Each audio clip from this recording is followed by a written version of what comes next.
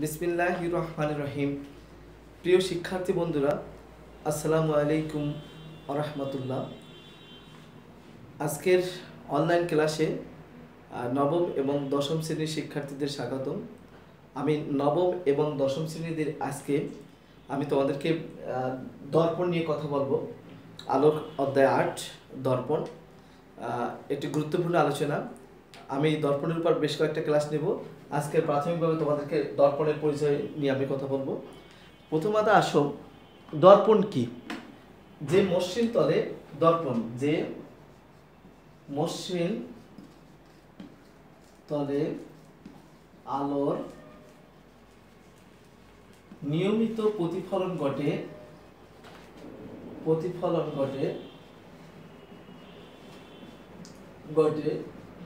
উহাকে দর্পণ বলা হয়। আমরা শিখলাম যে মসৃণ তলে আলোর নিয়মিত প্রতিফলন ঘটে ওকে দর্পণ বলা হয়। এখন দর্পণ কিভাবে তৈরি করা হয়? প্রথমত আমাদের যে কাঁচ আছে বা গ্লাস আছে, যে সমতল যে গ্লাসগুলো আছে, এই যেমন আমার হাতে একটা দর্পণ আছে, তোমরা একটা দর্পণ দেখতে পাচ্ছ। এই দর্পণে আমরা প্রতিনিয়ত সকালে আমরা নিজের মুখমণ্ডলকে দর্পণে দেখতে আমরা স্বাচ্ছন্দ্য বোধ করি এবং নিজেকে সাজানোর কাজে এটা ব্যবহার করি। এটাকে আমরা লুকিং গ্লাস অনেক সময় বলে থাকি। মিরর ইংরেজিতে বলা হয়, বাংলায় বলে দর্পণ অথবা লুকিং গ্লাস। এটা খুবই প্রয়োজনীয় একটা উপাদান। এটার কিছু, এই দর্পণটা কিভাবে তৈরি করা হয় দেখো। যে কাঁচ আছে বা গ্লাস আছে, তার গ্লাসে এইটা যদি আমরা একটু দেখি, পিছনে একটা কাভার আছে। এখান থেকে কিন্তু এটা কিন্তু প্রতিফলক পৃষ্ঠ নয়, পিছনে একটা কাভার আছে। এই কাভারের ভিতরে যে গ্লাসটা আছে, এই গ্লাসটার পিছন দিকেই পারা লাগানো আছে, সিলভারিং করা আছে। সিলভারিংয়ের ফলে এটার প্রতিফলনটা ঘটে। আর যদি এই দর্পণে, এই প্রতিফলনটা কিন্তু শুধু দর্পণেই ঘটে তা না, এটা আমরা দেখতে পাই বিভিন্ন জায়গায় প্রতিফলন ঘটে। যদি তুমি স্বচ্ছ স্টিলের প্লেট দেখো, সেখানে কিন্তু ছবি দেখা যায়, দর্পণ ঘটে। অথবা দর্পণের মতো ব্যবহার করা যায়। তুমি যদি স্থির পানির ভিতর দেখো, তাহলে সেখানেও কিন্তু দর্পণ মতো কাজ করে। অথবা যদি জুতার উপরে ব্রাশ দিয়ে কালো সুন্দর করে ব্রাশ করা হয়, কালি করা হয়, সেখানেও কিন্তু দর্পণের মতো ছবি দেখা যায়। এখন আমরা যে সাধারণত যে দর্পণটা ব্যবহার করি সেটা আমার হাতে আছে। এই দর্পণটা আবার দুই প্রকার, সেই প্রকারভেদ নিয়ে আমরা একটু কথা বলি। প্রথমে আসো দর্পণের প্রকারভেদ। দর্পণ যেটাকে আমরা বলি মিরর ইংরেজিতে, এটা দুই প্রকার। একটা হলো সমতল দর্পণ, একটা হলো সমতল দর্পণ, আর একটা হলো এটাকে ইংরেজিতে বলা হয় প্লেন মিরর। আর একটা হলো গলীয় দর্পণ, সেটা হলো স্ফেরিক্যাল মিরর। তো আমরা দুই ধরনের এখানে দর্পণ পেলাম, একটা হলো সমতল দর্পণ আর একটা হলো গলীয় দর্পণ। আবার গলীয় দর্পণ দুই প্রকার। একটা হলো গলীয় দর্পণটা হলো দুই প্রকার। একটা হলো অবতল দর্পণ, আরো হলো এটা হলো উত্তল দর্পণ। অবতল দর্পণটা হলো যেটা ইংরেজি বলে কনকেভ মিরর, আর এটাকে বলা হয় কনভেক্স মিরর। তো এখন আমরা প্রথমত আসি দর্পণ দুই প্রকার। একটা হলো সমতল দর্পণ আর একটা হলো গলীয় দর্পণ। গলীয় দর্পণ আবার দুই প্রকার, একটা হলো অবতল দর্পণ আর একটা হলো উত্তল দর্পণ। অনেক সময় আমরা লেন্স এবং দর্পণের ক্ষেত্রে মিলাই ফেলি, সেটা দিয়ে খেয়াল রাখতে হবে। আজকে আমরা শুধুই মাত্র দর্পণ নিয়ে কথা বলবো। দর্পণের এবং লেন্সের মধ্যে মূল পার্থক্য, যেমন আমরা আগে বলেছি, এই যে দর্পণটা আছে দেখো, এর এক সাইডে কিন্তু পারা লাগানো আছে এবং প্রলেপ আছে, এবং আর লেন্সের ক্ষেত্রে সেই ধরনের কিন্তু প্রলেপ থাকে না। আমরা লেন্স নিয়ে পরবর্তীতে কথা বলবো।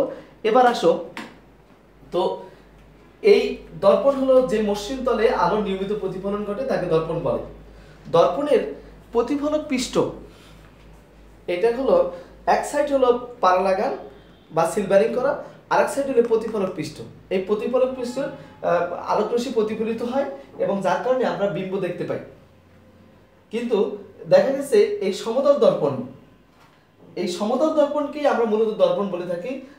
মানে প্রতিফলক পৃষ্ঠ থাকে স্বচ্ছ, যে প্রতিফলক পৃষ্ঠে নিয়মিত প্রতিফলন ঘটে তাকে বলা হয় সমতল দর্পণ। এখন এই সমতল দর্পণে আজকে আমাদের মূল আলোচনা থাকবে হলো সমতল দর্পণ। সমতল দর্পণ এবং সমতল দর্পণে আমরা সাধারণত বাসায় যেটা দর্পণ ব্যবহার করতে থাকি সেটাই মূলত সমতল দর্পণ। সমতল দর্পণের কতগুলো বৈশিষ্ট্য বলি। 1 নম্বর বৈশিষ্ট্য সেটা হলো কি, সমতল দর্পণটা সিলভারিং, এটা মানে বস্তু যত সামনে থাকবে বিম্ব ঠিক ততটা পিছনে তৈরি হবে। আমরা সেলুনে যখন যাই তখন এই সমতল দর্পণগুলো এখানে ব্যবহার করা হয়, সেখানে আমরা প্রতিনিয়ত এগুলো ব্যবহার দেখতে পাই যে মনে হয় যে না আমি সামনে দাঁড়িয়েছি, এটা পিছনে বিম্ব তৈরি হয়েছে। সমতল দর্পণের বিম্বগুলো পর্দায় ফেলা যায় না, বিম্বগুলো কি পর্দায় ফেলা যায় না। যেমন তোমার আমার ছবিটা এর ভিতরে দেখা যাচ্ছে, কিন্তু এটাকে যদি আমি একটা পর্দার উপর ফেলতে চাই সেটা কিন্তু আমি পারবো না।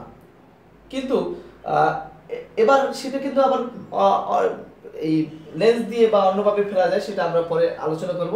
সমতল দর্পণে পর্দায় ফেলা যায় না। তো সমতল দর্পণে এখন একটা ভালো সমতল দর্পণ হতে হলে তার কি বৈশিষ্ট্য থাকতে হবে, এটা হলো কি, এই যে লেন্সটা বা দর্পণটা, এই দর্পণটা হতে হবে কি পাতলা, এবং এই দর্পণে এটা বুদবুদবিহীন। এখানে দেখা যাচ্ছে অংশে গোটা গোটা বা বুদবুদ থাকে, সে ধরনের কিছু থাকবে না।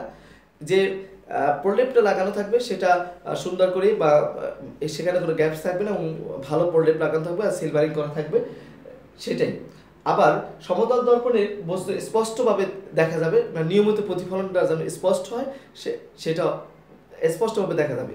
আচ্ছা, এখন আচ্ছা আবার আছে, এরপরে আসো আমরা বিম্ব নিয়ে কথা বলবো।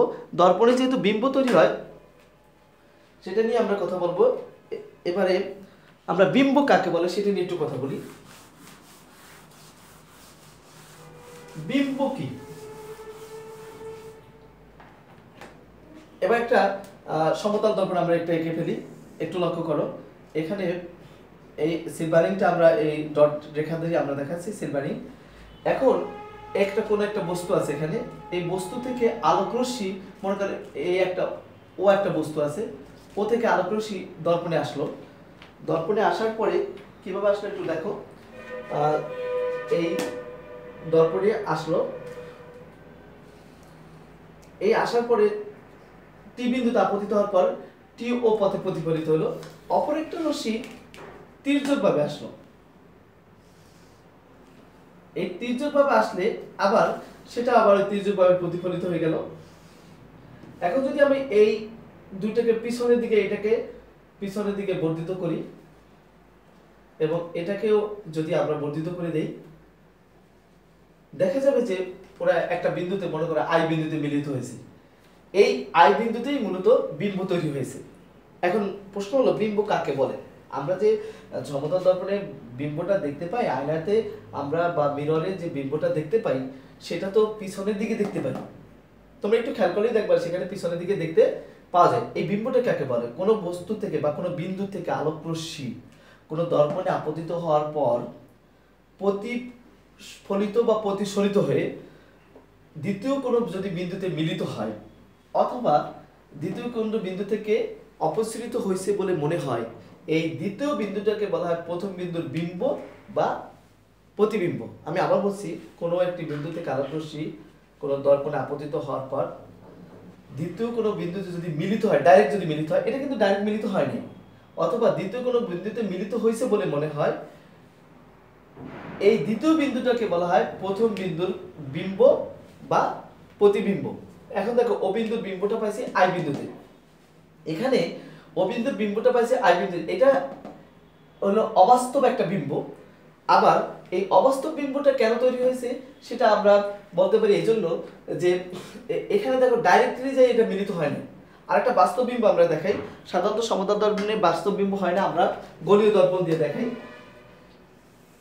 আমরা গোলীয় দর্পণ বিস্তারিত বলবো, তার আগে একটা অবতল দর্পণ আমরা এঁকে দেই। এই অবতল দর্পণে কোন একটি বিন্দু থেকে আলোক রশ্মি আসছে, দেখো এখানে দুইটা আলোক রশ্মি আসছে, আসার পরে এই ও বিন্দু থেকে এটা প্রতিফলিত হয়ে এই আই বিন্দুতে মিলিত হয়েছে। এটা দেখো ডাইরেক্টলি মিলিত হয়েছে। এখানে রেখা দিয়ে আমরা ডাইরেক্টলি আসার পরে প্রতিফলিত হয়ে মিলিত হয়েছে, আর এখানে কিন্তু মিলিত হয় না, মিলিত হয়েছে বলে মনে হয়, অথবা এই বিন্দু থেকে অপসৃত হয়েছে বা ছড়িয়ে পড়েছে, মনে হচ্ছে যেন এদিকে দিকে ছড়িয়ে পড়ছে। তো এখন দেখা যাচ্ছে এটা হলো বাস্তব বিম্ব, বাস্তব বিম্ব, আর এটা হলো অবাস্তব বিম্ব। এই বিন্দুটা হলো অবাস্তব বিম্ব। আমরা আবার বলছি, তাহলে বিম্ব হলো দুই প্রকার, একটা হলো বাস্তব বা যেটা রিয়েল ইমেজ, বিম্বটা রিয়েল ইমেজ, আর অবাস্তব সেটা হলো ইমাজিনারি ইমেজ। এই দুইটা আমরা বিম্ব পেলাম। এখন বাস্তব বিম্ব অবাস্তব বিম্বের মধ্যে পার্থক্যটা কি?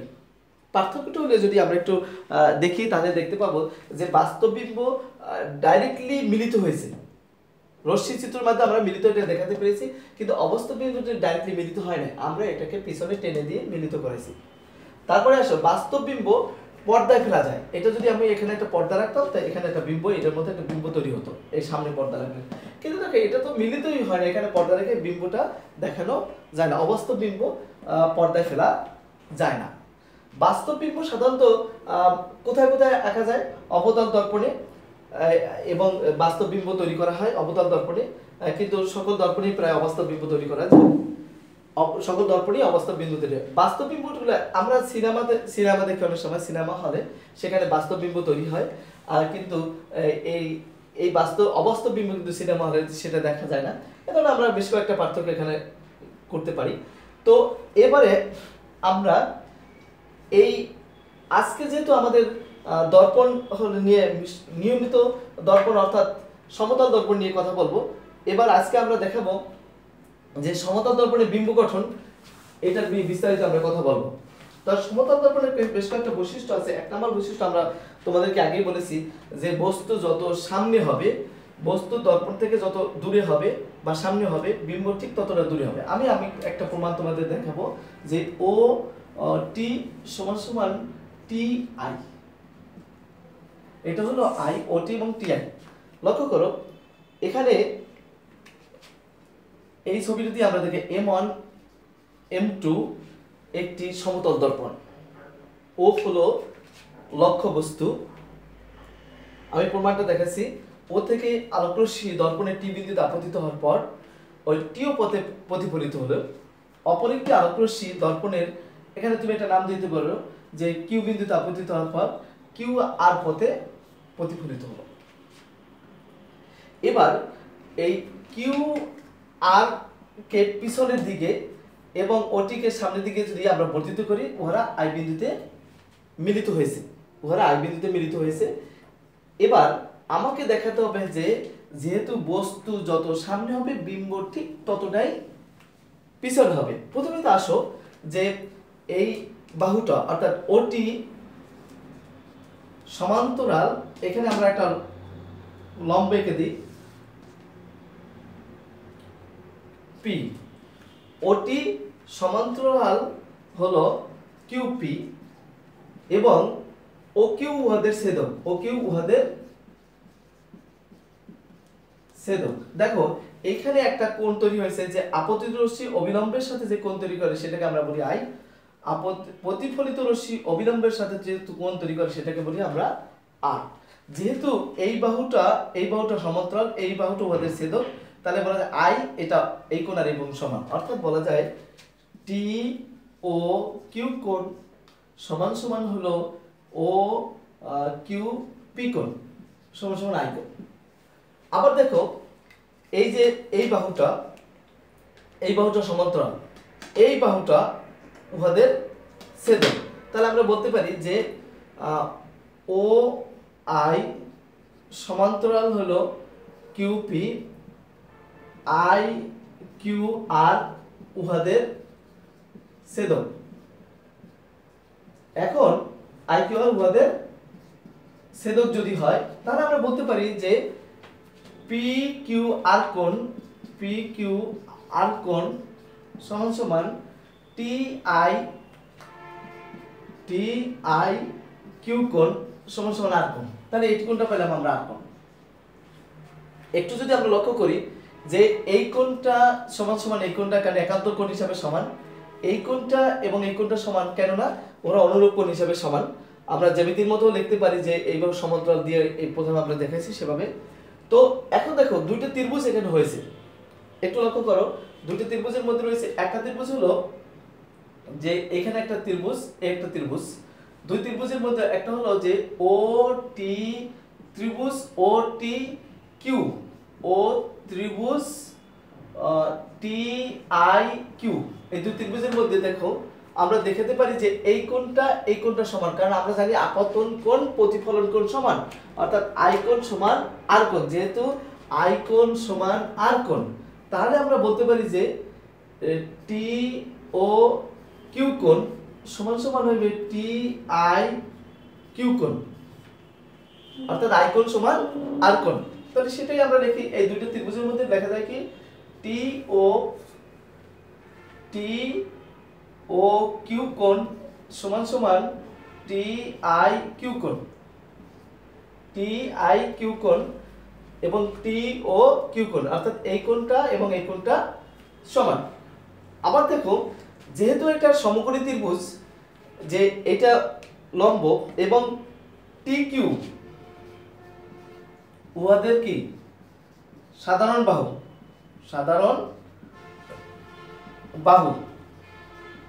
তিনটা জিনিস আমরা সর্বসম হলে আমরা দেখাতে পারি ত্রিভুজ দ্বয়ের সর্বসম সমান হলে, যেমন আমি দেখালাম যে এই কোণটা সমান, এইখানে যখন আপতিত হচ্ছে এটা 90 ডিগ্রি, এটা আপতিত হচ্ছে এটা 90 ডিগ্রি, অর্থাৎ কোণ দুইটা কিন্তু এটা সমকোণী ত্রিভুজ, এটাও সমকোণী ত্রিভুজ।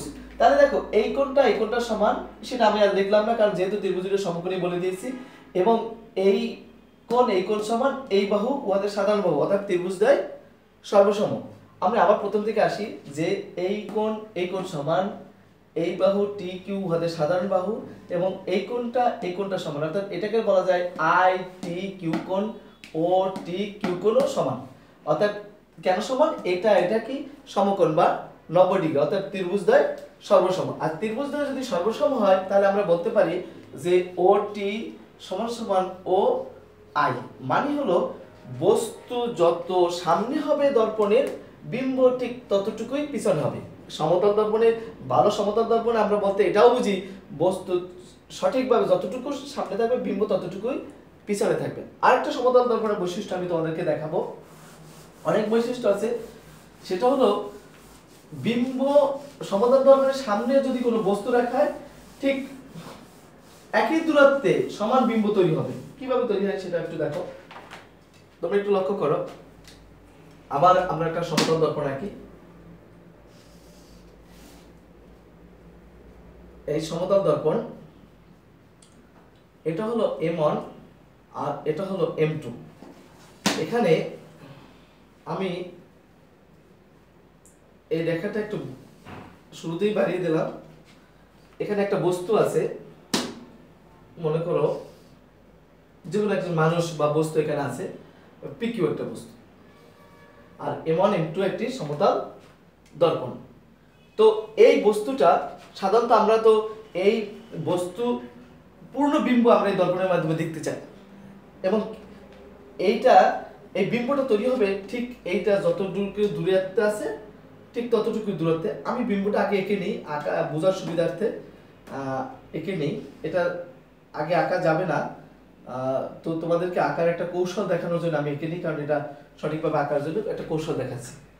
প্রথমত আসো এখান থেকে বস্তু, এই পিকিউ বস্তু থেকে কিউ থেকে একটা আলোক রশ্মি আর বিন্দুতে আপতিত হলো, এরপরে এখান থেকে আরেকটা রশ্মি আপতিত হলো, ধরো এটা আপতিত হলো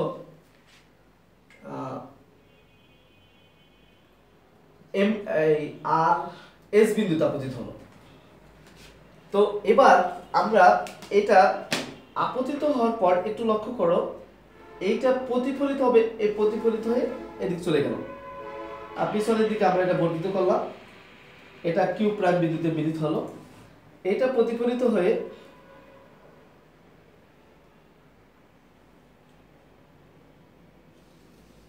এদিকে চলে গেল, এটাও পিছনের দিকে বর্ধিত করলাম, এটা মাথায় গিয়ে মিলিত হলো, তো এখন লক্ষ্য করো, এরপরে যদি আরেকটা রশ্মি এখান থেকে সোজা দেখায়, এখান থেকে যদি একটা চোখ আমরা অঙ্কন করি, চোখ রাখি, তাহলে মনে হবে যে বস্তু এখানে একটা বিন্দু তৈরি হয়েছে। এখান থেকে আরেকটা বিন্দু থেকে আরেকটা আলোক রশ্মি সোজা আপতিত হওয়ার পর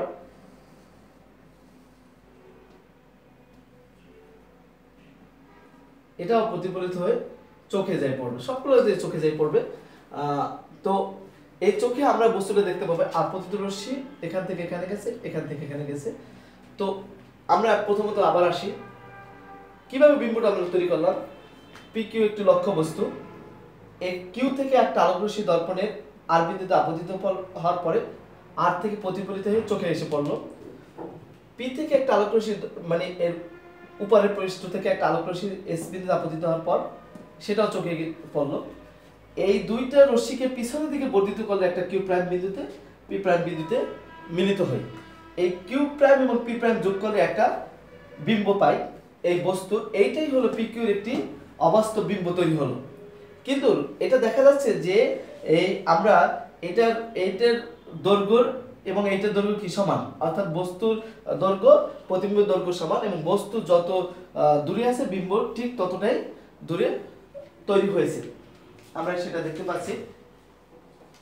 এরপরে আমি তোমাদেরকে যে কথাটা বলতে চাইছি যে দর্পণের যে কতগুলো বৈশিষ্ট্য আছে, বিম্ব বৈশিষ্ট্য আমরা সেটা দেখালাম। তো দর্পণ সম্পর্কে আমরা আরো বিস্তারিত তোমাদেরকে আগামী ক্লাসে তোমাদেরকে দেখাবো গলীয় দর্পণ। গলীয় দর্পণগুলো কিভাবে তৈরি হয়েছে। গলীয় দর্পণের প্রকারভেদ আমরা জানি যে দুই প্রকার, একটা হলো উত্তল দর্পণ আর একটা হলো অবতল দর্পণ। আমরা উত্তল দর্পণ কিভাবে তৈরি হয়, অবতল দর্পণ কিভাবে তৈরি হয় সে সম্পর্কে তোমাদেরকে বিস্তারিত জানাবো। তোমরা আজকে একটু দর্পণ সম্পর্কে জানবে। দর্পণ আজকে তোমাদের জন্য সবচেয়ে উল্লেখযোগ্য কি, এখান থেকে কি কি শিখবে, দর্পণ কাকে বলে।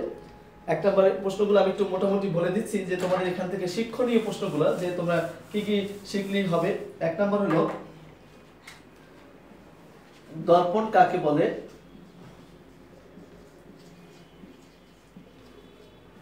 উহার বৈশিষ্ট্য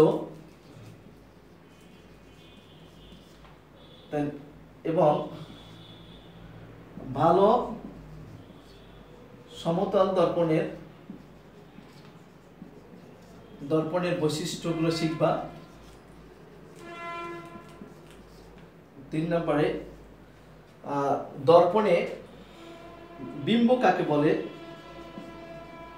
বিম্ব কাকে বলে, বাস্তব বিম্ব অবাস্তব বিম্বের মধ্যে পার্থক্য, বাস্তব বিম্ব ও অবাস্তব বিম্বের মধ্যে পার্থক্য, এটা শিখবা। অন্তত 3-4টা পার্থক্য আমি বলেছি, সেটা শিখবা, বই পড়লে এটা পাবা। পারালাগান কি, পারালাগান বা সিলভারিং বা পারালাগান কি এটা শিখবা। তারপরে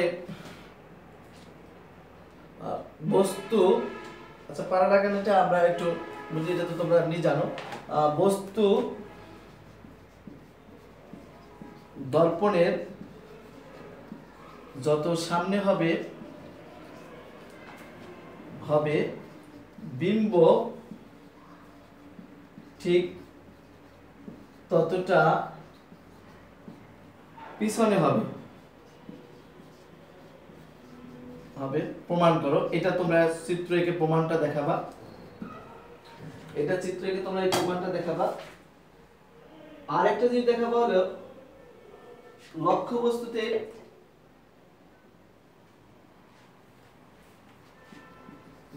সমতল দর্পণে